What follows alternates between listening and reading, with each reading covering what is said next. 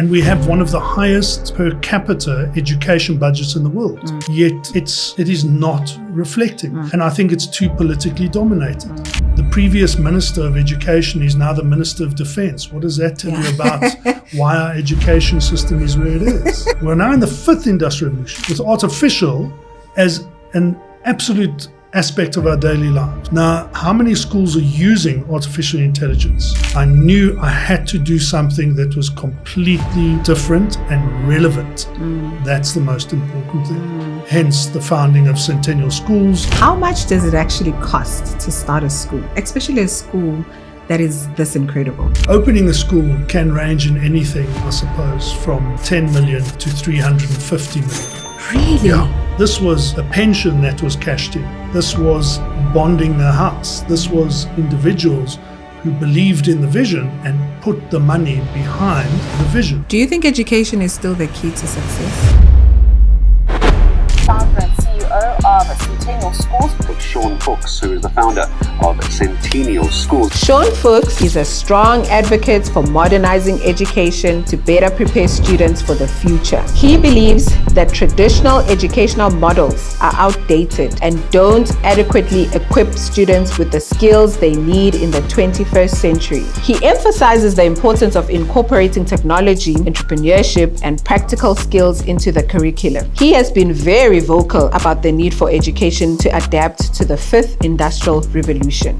At Behind the Industry, our mission is to explore leading industries where young people can create impact, build wealth, and develop their careers. This episode is brought to you by Doorways. Your dad lived a very long life. He did. Yeah. How old was 93. he? Yeah, that's 93. quite long. 1920 to 2013. So you have good genes. Yeah, I hope so. This is why you started at school in your 50s, because you have time. Yeah, all my friends are starting to look at their retirement and putting away stuff. And I'm like, no, start a new business. Why not? Yeah. I know your father was very big into entrepreneurship. Yeah. But before we get into that, I just want to know maybe a few examples or even one main experience that really defined who you are. One experience from your childhood that you think, if I go back to this point, it really shaped who I became, and it really informs, a lot about you. I think when I was in primary school, my older brother and I were in boarding school in a little hamlet called Heinertsburg, and that's between modern-day Polokwane and Tzaneen. And we would only go home once a term. So you can imagine, as a 10, 11-year-old, you're only going home. You're staying in a strange place. You're going home once a term to your parents. And so the times when I went home, my dad had his own business and always was driving around, seeing customers, going to his factory. And I would spend my entire holiday with him, driving around. And I loved that, so we would have our sandwiches together, we'd have lunch together, but I'd watch him, how he interacted with customers, what he said,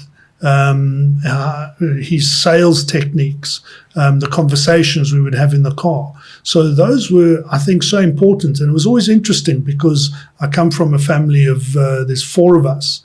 So two brothers and a sister. And none of them did this, and none of them are entrepreneurs. They don't have an entrepreneurial bone in their body.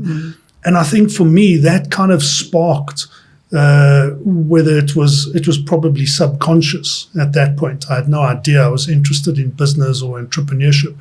And but the lessons I learned from those many days spent with him were so valuable. Also engaging with adults. When I grew up in the late 70s and the early 80s as a kid, you didn't speak to adults. Yes. It's not like today where you walk past and they high five the CEO or we've got to share in the business. Not like that. You just didn't speak to adults. You were afraid of adults. So for me, it gave me confidence, sitting with him and kind of going in, and he wouldn't let me sit in the car. He'd say, come, meet the customers, meet them.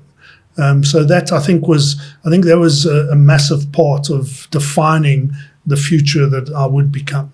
And do you think it clicked at that point that you're an entrepreneur? No, I think for entrepreneurs, you never know. You don't think that you're an entrepreneur. You just kind of, I've got this idea, let me start it, or let me do this, or let me do that. And you just get going. And next thing you know, you've got a business. That's how it's always felt for me. It's never been, I need to do this and, or plan methodically, or you just do it.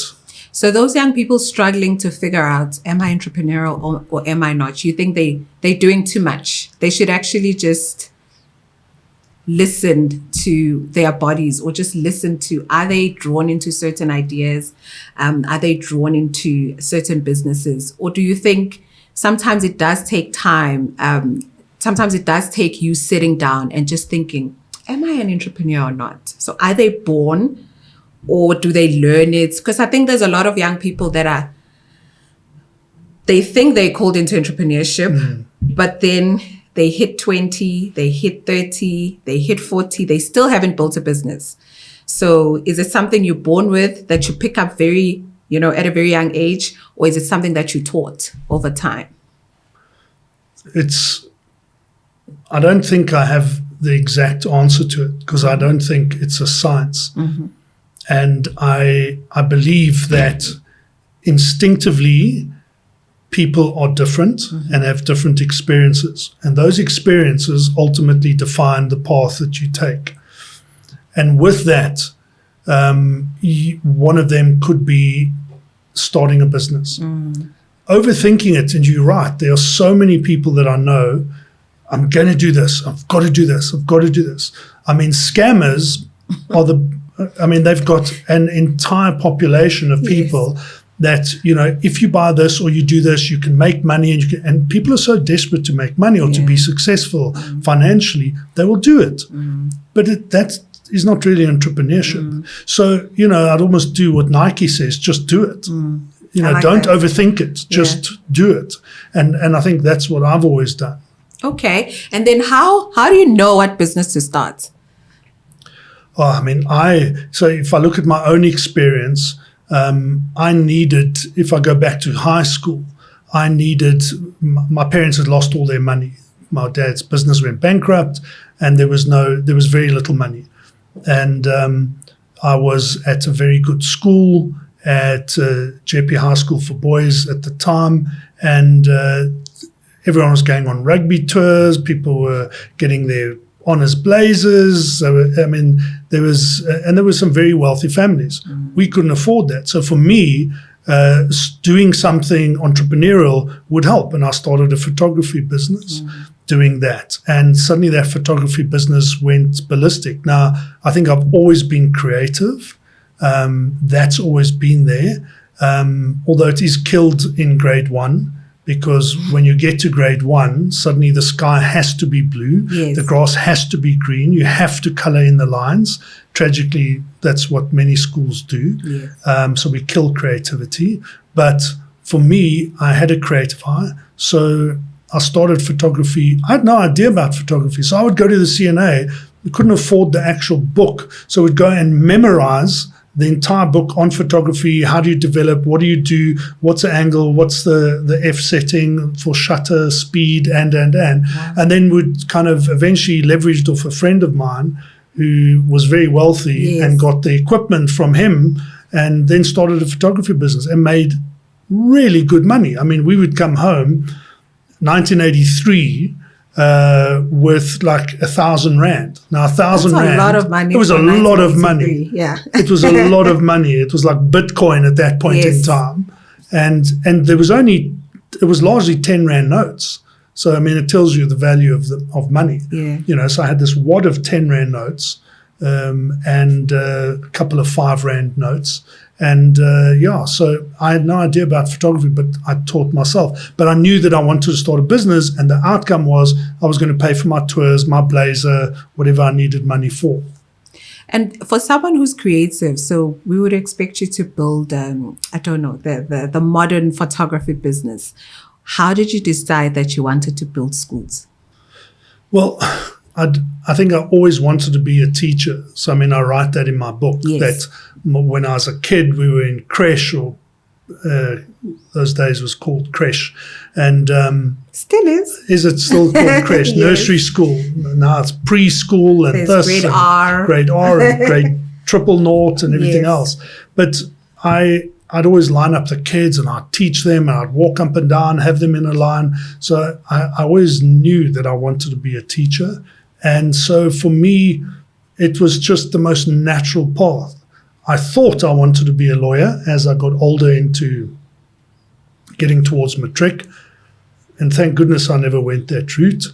And so I chose teaching. And once I'd started teaching, I mean, I loved it so much, but I was in a government school at Four Ways High School at the time.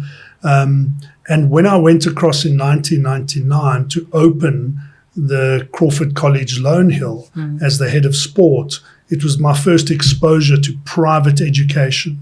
And I think the dysfunctionality of our state education system allowed so many people to open private schools. But the problem was they were cookie cutter. So we opened a private school that was the same as everyone else. Yeah. The uniform was different, maybe the design was slightly different, but it was the same. They hadn't changed anything. And so I knew I wanted to start my own school for many years. And two, I knew I had to do something that was completely different and relevant. That's the most important thing. Hence the founding of Centennial Schools and a global pandemic that changed the way we all thought, the way we shopped, the way we thought, the way we socialized.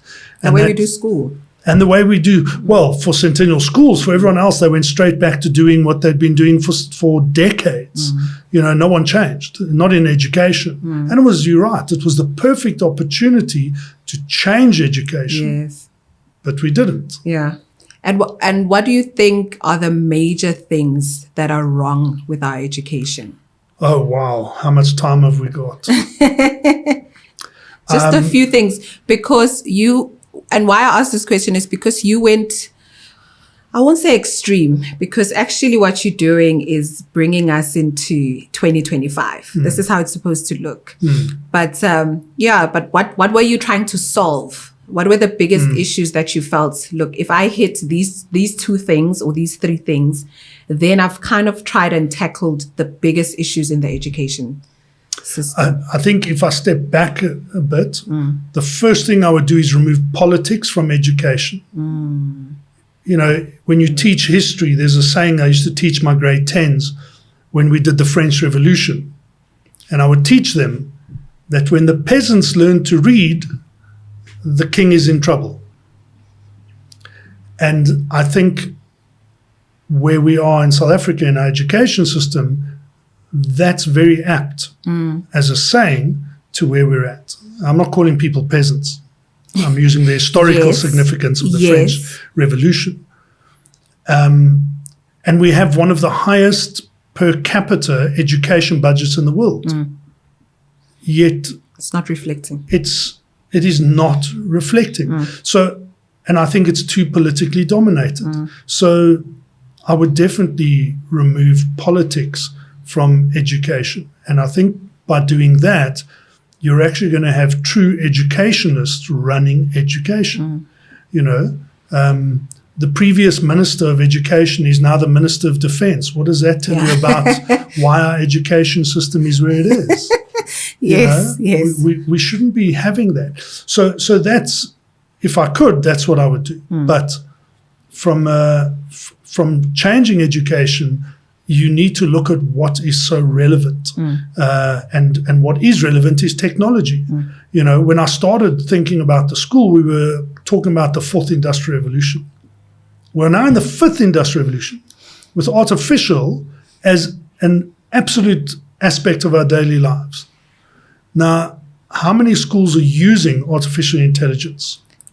We first have to get to fourth industrial revolution before we get to fifth with most of the schools. Correct. and that's the challenge that you have. And we're also built on legacy. So legacy in education is seen as good.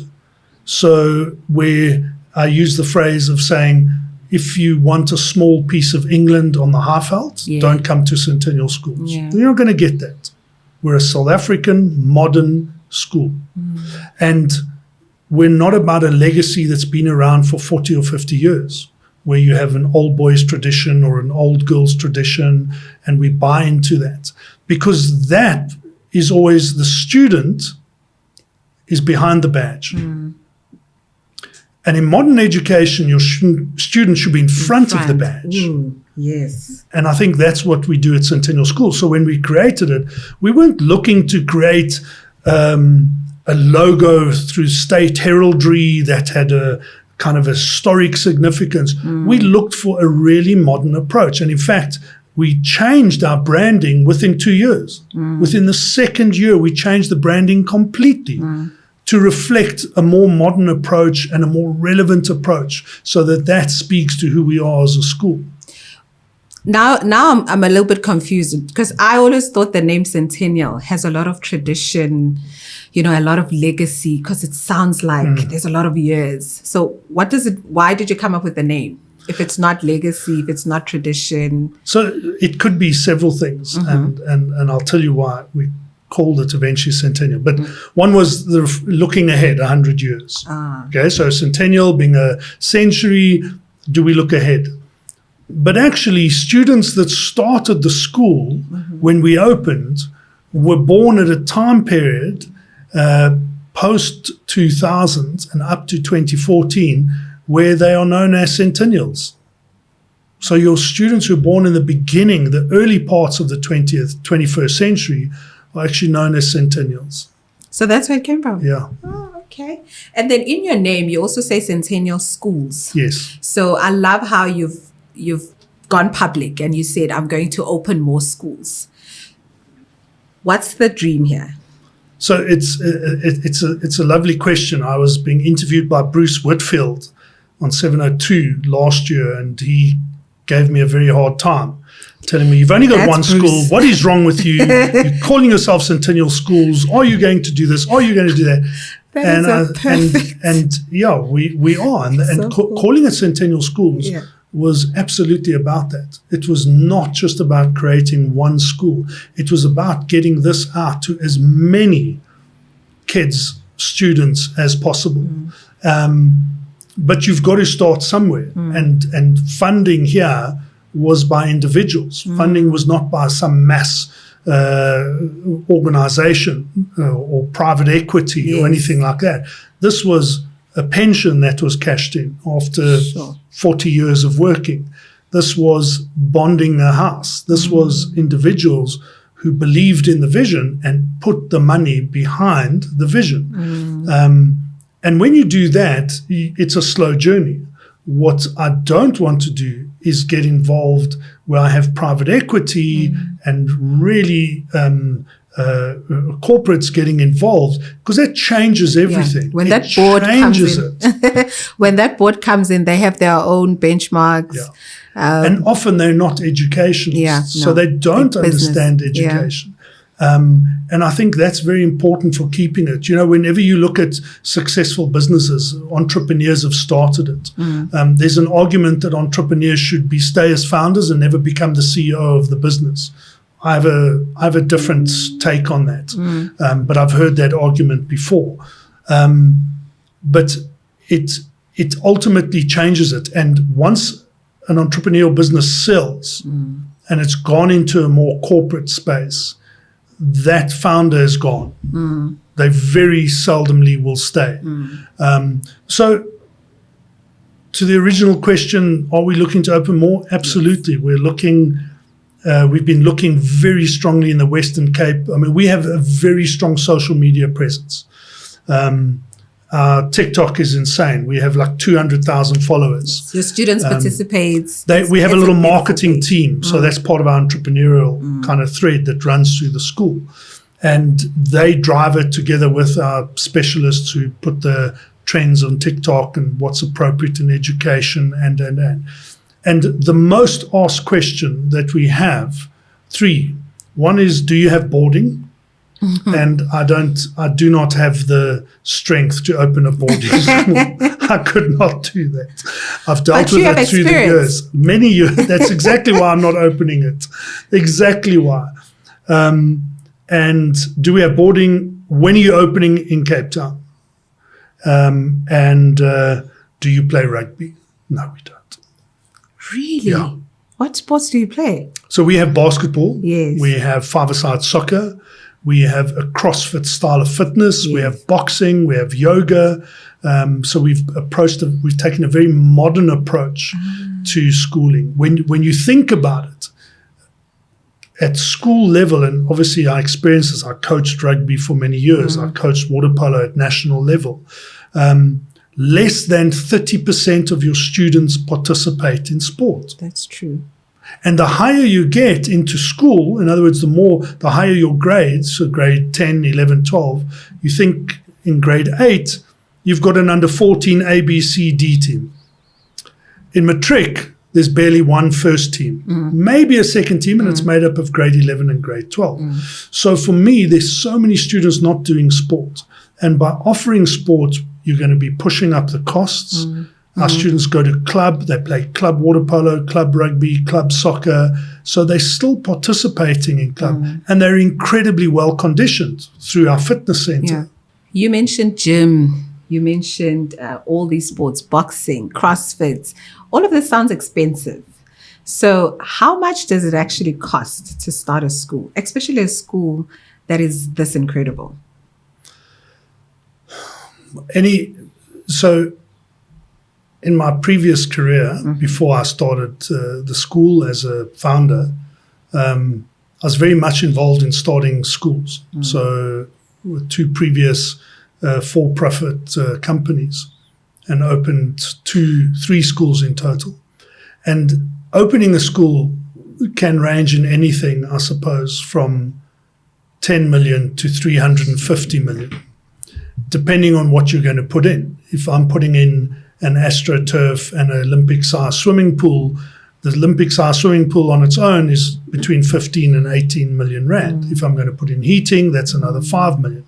So your costs escalate enormously. Starting Centennial Schools, the budget was a PowerPoint slide.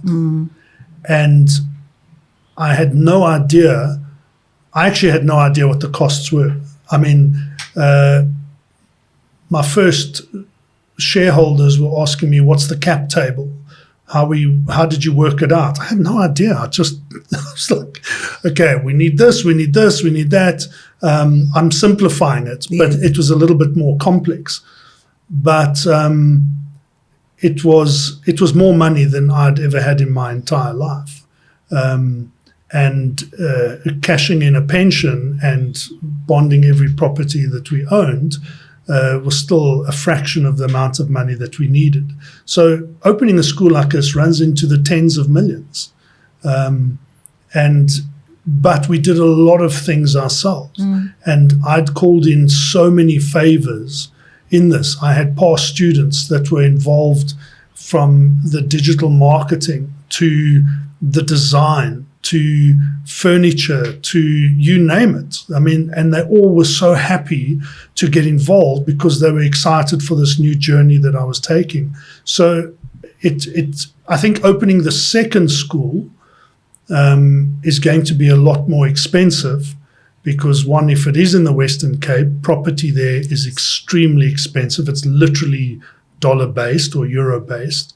And that will certainly exceed over 100 million to open a school.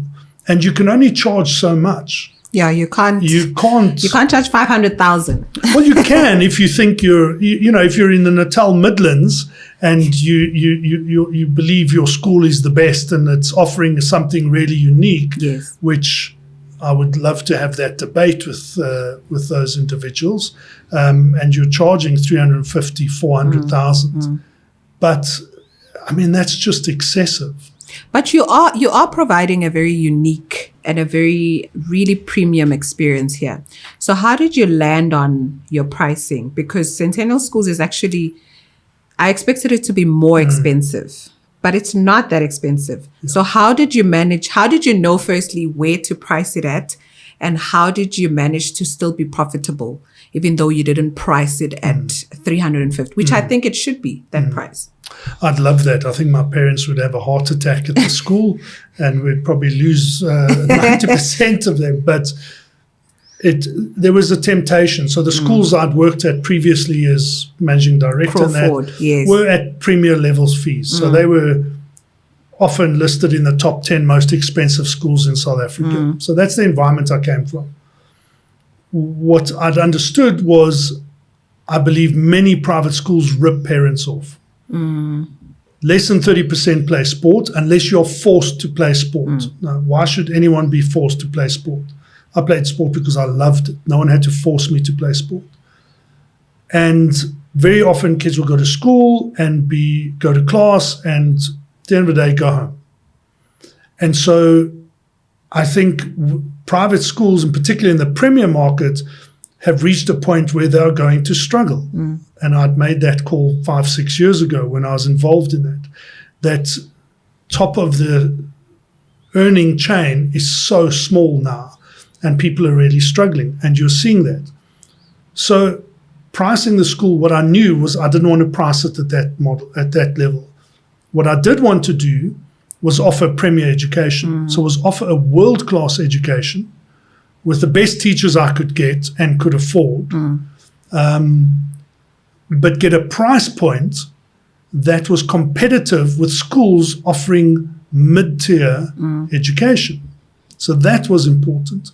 So if you take a scale at the time when we opened, your low-tier schools were around about 3,500 to 5,000 rand.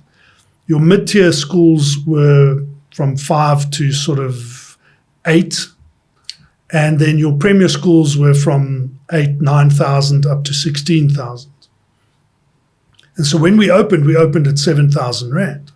And just the normal CPI increase, which is compounded now over 3-4 years, has put our fee just onto 10,000 rand, which when you go to some corporate schools in our area, we are still the most affordable school. Very affordable, yeah. So there was also a philosophical belief there. The philosophical belief was to have this education available to as many middle-class families that they could afford a premier education that wealthy families were paying double the amount of money to secure. So that's what the philosophical value was in establishing the fees. I think you've gone through, a whole long thought process in trying to make this education accessible. So my take is you want as many lives impacted. How will you measure the impact of Centennial Schools? It's now 2032. The school has been operating for 10 years. How will you measure its impact? One of the things I say so often to teachers, we're in an industry where you never get to see your end product. And it's so difficult because you don't know what the success is.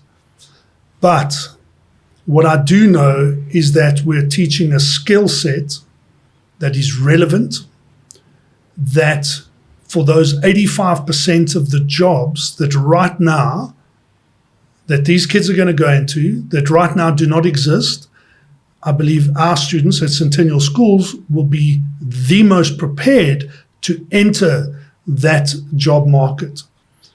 So I think on reflection, in 2032, 10 years after we had opened, I really believe our students will have started own businesses, been successful within whatever industry they're going to go. Industry will be dominated by technology.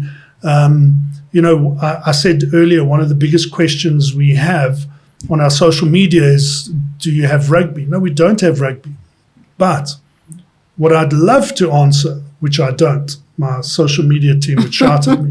What I don't answer is, we don't play rugby, but our kids will actually be the ones designing the technology that actually works on that injury so that you're able to recover quicker, or actually is driving the capital investment into that rugby club that you're actually playing for. Those are the kind of kids we are teaching and that are growing in terms of their own growth at Centennial Schools. That's where we're at. Yeah.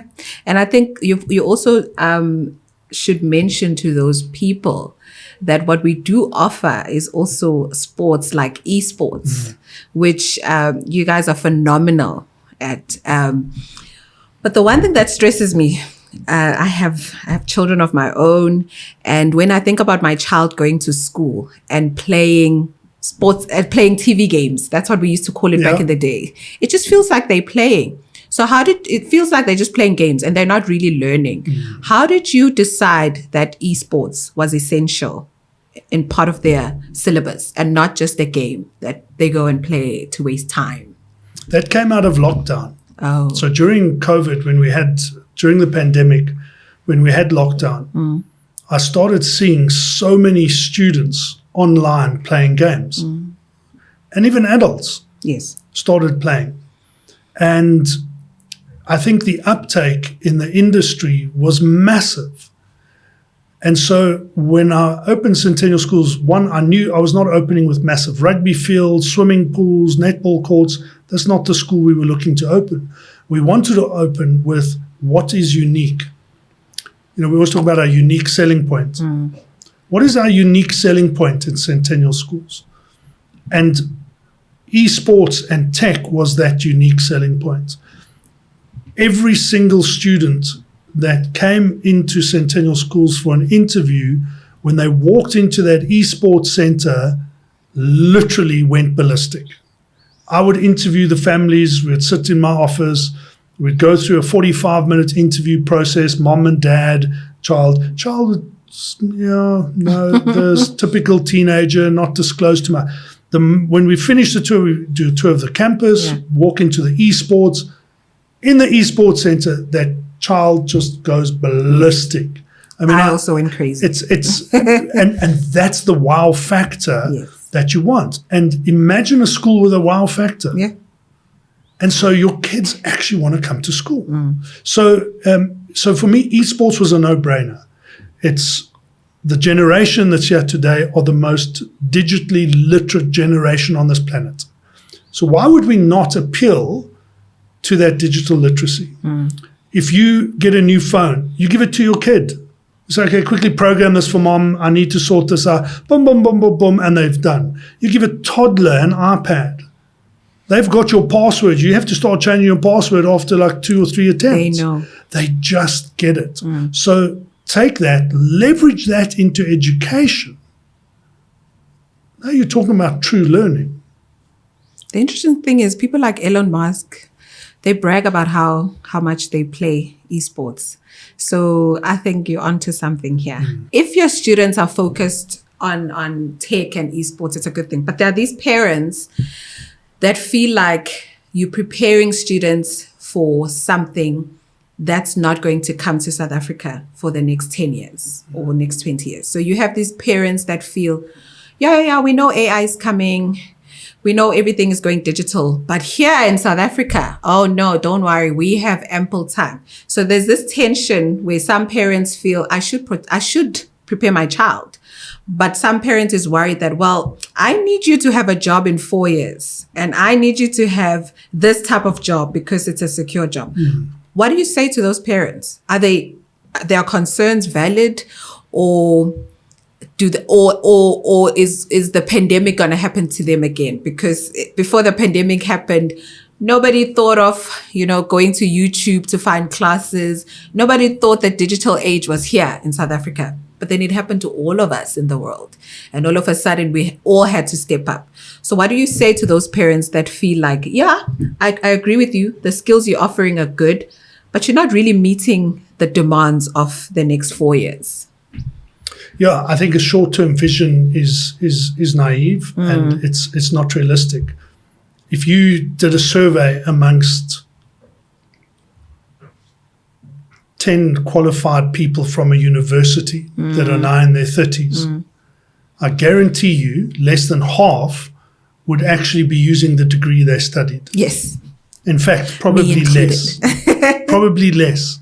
So we just went to university because we're going to get a degree. Is it going to trigger our cognitive levels to the point where it's going to change us? I don't think so. I don't think universities have adapted into a modern space. So I really, the angst that parents have because they want their kids to go into a traditional career, and then they're not going to go into a traditional career. Those days are over. They are completely over. And again, as I said earlier, 85% of the jobs that they're going to go into right now do not exist.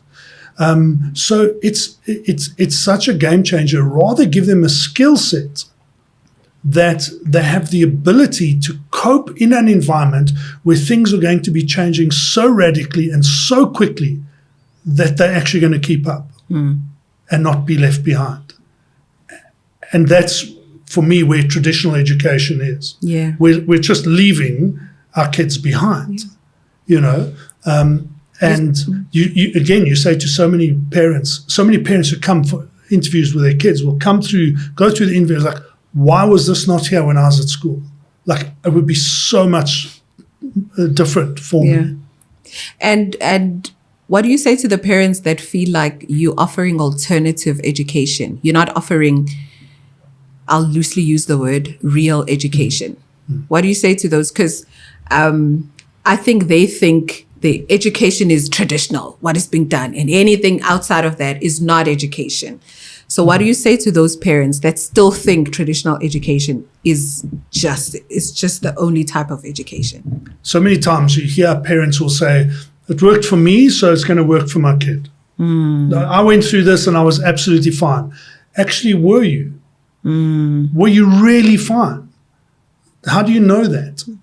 You know? So traditional education, so at Centennial Schools, we by law, I have to follow a curriculum. Yes. Curriculum's caps. We write the IB exam, same as every other private school. So in our middle school, grade 6, and then middle school's grade 7, 8, and 9, we have an incredible program where we're doing gaming. We are doing gaming studies. We are doing entrepreneurship. We are doing blockchain and crypto with students doing courses, opening wallets, trading. We have an entrepreneurship program launching. So we do so much beyond the curriculum for the skill set that we want to empower our students when they leave school. They have something more than just a useless matric certificate. And the only thing that matric certificate does is get you into a university. And 9 out of 10 are not going to use that university degree anyway. Yes. Okay, so our system is slightly dysfunctional there. So yes, grade 10, 11, and 12, we will start gearing towards that final IB exam. Tragically, we have to. That's the end result of having to write a matric exam that our students will write. Will our students do well? I think they'll do exceptionally well. They are critical thinkers. They question. Is it the right exam for them? I don't think it's the right exam for anyone. You take matrics that write an exam in November, ask them to write the exact same exam in January when they get their results. They won't do the same. Of course they won't. Yeah. So what's the purpose? So we're taking one exam, and it's the defining assessment of 13 years of education. So what we want at Centennial Schools is we want the students to question. We want them to be exposed to running a business. We want them to be exposed to programming. I have grade 6s that we started, a small class of grade 6. It's only 18, and it's full. Our middle school, by the way, is full. That's a good number. And those grade 6s are on academic steroids for the right reason. So they are coding at the moment. Those kids are coding. Those kids will open Outlook, book a consultation through Outlook with their teachers at the age of 10, 11 years old, 3 o'clock Thursday afternoon, cancel, reschedule, reappoint. The skill set that they have at that age is insane. It's insane. I only started using Outlook when I got to, when I started having a job, when I got to an office and I started using Outlook. Yeah, and that for me is so important. So what are the skills that my students are going to have when they leave school? Yes, grade 11 and 12, we're going to start pushing to that IB exam, and it becomes more traditional. And that's what we were talking about earlier. Yeah. It becomes more traditional education. but they've got all this other stuff behind That they them actually that's going to need. be driving them. Yeah. Do you think education is still the key to success? Absolutely. It's been my lifelong business, education. And education, question for you, your top 2 most influential people in your life, who were they? My mom, And? my teacher. Thank you. Everyone says that. Yeah. I was confident asking that. Yeah. When you said your mom first, I panicked. She's also a teacher. There you go. So there's the answer. But you're 100% right. As a teacher, you influence your students. And it's not just about the subject. It's how I cared about you. I mean, I wrote that in my book. Yeah. Teachers played a critical role in how my life was going to turn out. Well, your ones were great. They even offered you housing at some point. They felt sorry for me. Yes. Yeah. So they really went the extra mile. How do you go about building a good team to support this big vision that you have? Teams are the most critical aspect, I think, of the success of any business. Doesn't matter if it's a school, whatever it is. Your team is the most critical part. And as much as the founding ideas of Centennial Schools were mine, there's an incredible team behind that. And it's not a cliche. Oh, it's a team, we're all a team. It's not a cliche. There are real team members that have eat, breathe, sleep the school. It's in their DNA. And the success of that is the success of the school. Choosing the right people is a skill. And I learned that many years ago from one of my first headmaster or principal, Malcolm Pike, of getting the right people. And when you take Good to Great, Jim Collins' book on Good to Great, written in 2008, 2009, where he talks about get the right people on the bus, get the wrong people off the bus, and then get the right people in the right seat on the bus, and then you know where to take your team. And for me, that's such a valuable part of setting up any business or organization. You mentioned that your students will have very necessary skills. So on top of the traditional education skills, they'll have all these extra skills. I mean, they're coding, esports, all of that. What do you think is the most important skill that young people should try and acquire over the next 5 years? So when I was growing up, my mom said, you need to learn a computer. And back then it was literally learn how to switch on a computer and type. What do you think is the most important skill? If you had to narrow it to one, because parents almost want a silver bullet. They say, go get a driver's license, go get matric, go get, learn a computer. And they thought that was it. They've done their job. I almost want to answer that in the way that I think a skill set that you could do anything with is your ability to work with diversity of people. So your ability to manage, to work with, to understand that people are different and get the best out of them. And so it's not a skill of a physical skill that I have to write beautifully or design or draw or whatever it is.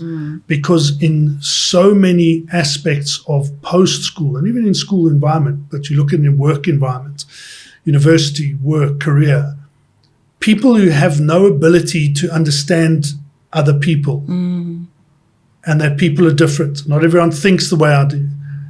You have so much conflict in those spaces, toxicity in that. And I think if people really just get the skill set of being able to understand that how we work with people, how we engage with people, how we care for people, how we can be kind, yet kindness does not equal weakness. I think those are the skills that really can make a difference in any line of business, That's what I'd rather go for than a physical skill. Oh, that is beautiful. That is so true. That is so true. We're not focusing, especially, with younger children. I don't think we focus enough on how they interact with other people. because that is ultimately what makes them successful. How you make people feel, how you rally people around, because you need a team to build businesses and all of that. So thank you for that. That hits home. How do parents and teachers prepare for this future? So do teachers start studying other things instead of an education degree? And how do parents prepare? Do parents start monitoring what their children are watching? Should they start exposing them to certain things that previously they didn't expose them to? How do we really prepare for the future? I'm more interested in the teachers, because I think a lot of young people that want to become teachers are not ready for this new world, are not ready for this fifth industrial revolution. What I studied when I was at university, I don't use anything. I went to Teachers Training College through Wits University, and the stuff I'd studied, I still did coin printing. So you literally printed on a board, and it was a chalkboard and that. Yet I founded one of the most modern schools the country has ever had, and that could globally fit into any environment.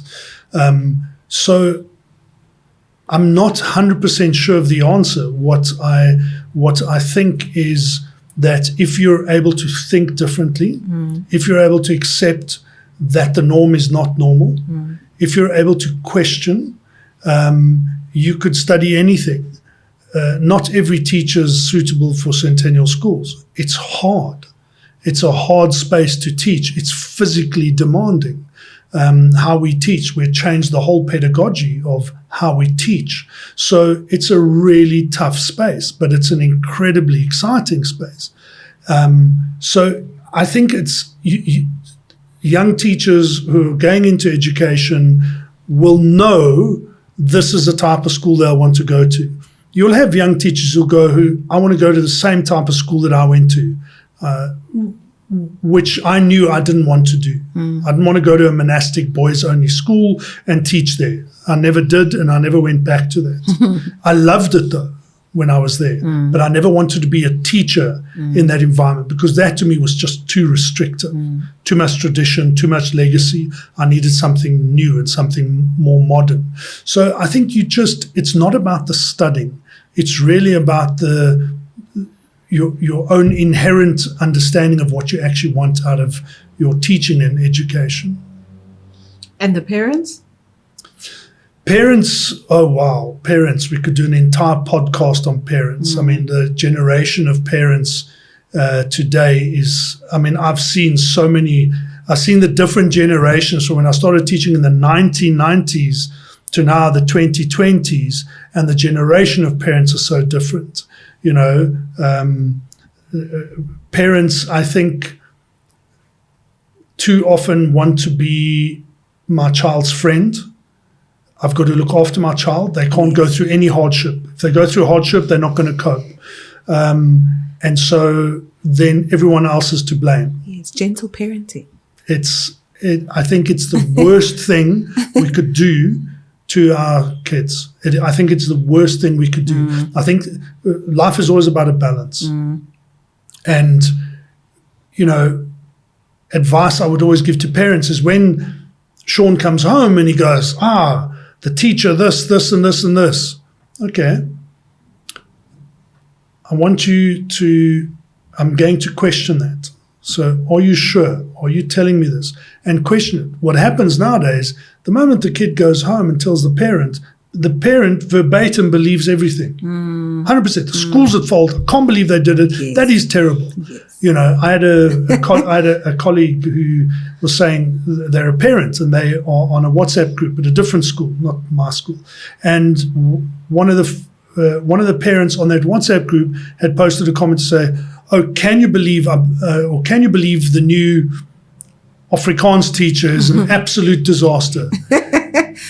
And one parent posted and said, do you know that she only started this week? Oh.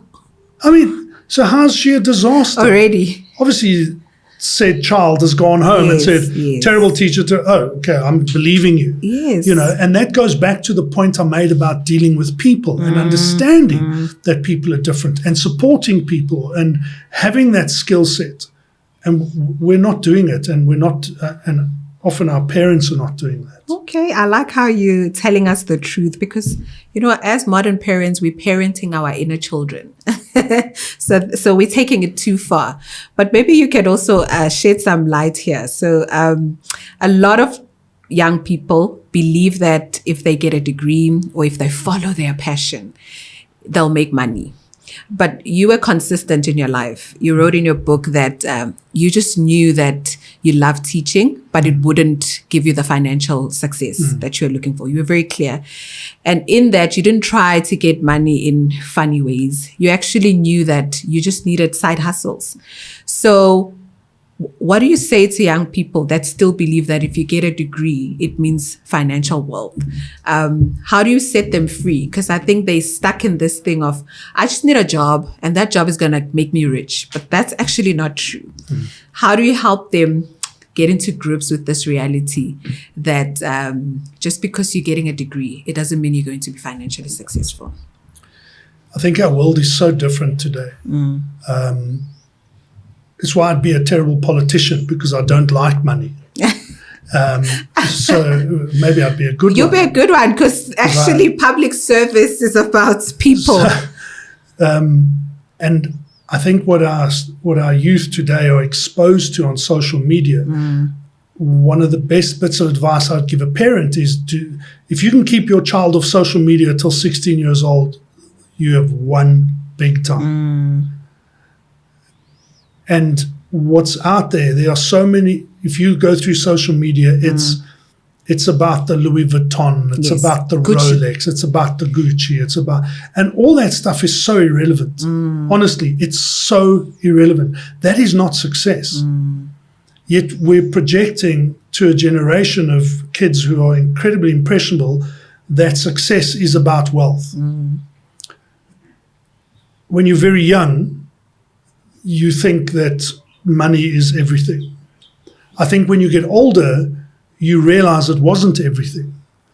The journey of how you're going to get to that point, I think everyone needs to decide themselves. For some people, it becomes an obsession.